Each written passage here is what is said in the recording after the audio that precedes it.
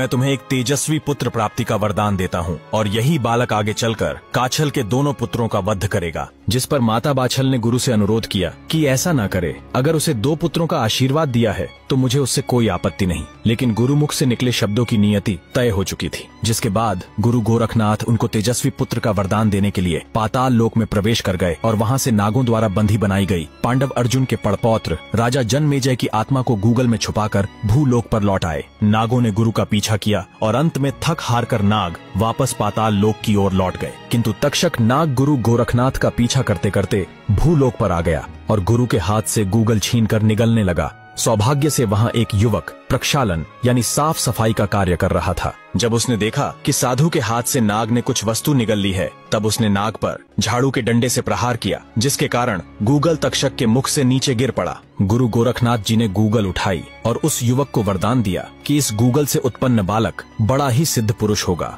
जिसके भजनों का तुम लोग गायन करोगे। ऐसा कहकर गुरु गोरखनाथ जी अंतर्ध्यान हो गए। तक्षक नाग भी निराश होकर पाताल लोक लौट गया। जिसके बाद गुरु गोरखनाथ माता बाछल के सामने प्रकट हुए और उन्हें दिव्य पुत्र प्राप्ति का आशीर्वाद देते हुए वह गूगल प्रसाद के रूप में दे दिया और इस प्रकार राजा जनमेजय को माता बाछल के गर्भ में स्थान मिला। गुरु गोरखनाथ के आशीर्वाद के अनुसार कालांतर में एक तरफ घेवर सिंह चौहान की पत्नी माता काछल ने तो वहीं दूसरी ओर जेवर सिंह चौहान की पत्नी माता बाछल का एक ही समय पर गर्भ धारण हुआ। जब काछल ने देखा कि बाछल के पेट में भी बच्चा है तो उसको बाछल पर संदेह हुआ, क्योंकि काछल को लगा कि केवल मुझे ही गुरु से पुत्र प्राप्ति का आशीर्वाद प्राप्त हुआ है। और काछल ने माता बाछल पर कलंक लगाते हुए यह बात अपनी ननद छबीली को कह सुनाई। जिसके बाद क्रोध में आग बबूला हुई छबीली बाछल के महलों में आ पहुंची और माता बाछल को खरी खोटी कह सुनाई। माता बाछल ने उनको सारा वृतांत कह सुनाया, किंतु छबीली को माता बाछल की बातों पर विश्वास नहीं हुआ और छबीली अपने पिता अमरपाल सिंह चौहान के समक्ष उपस्थित हुई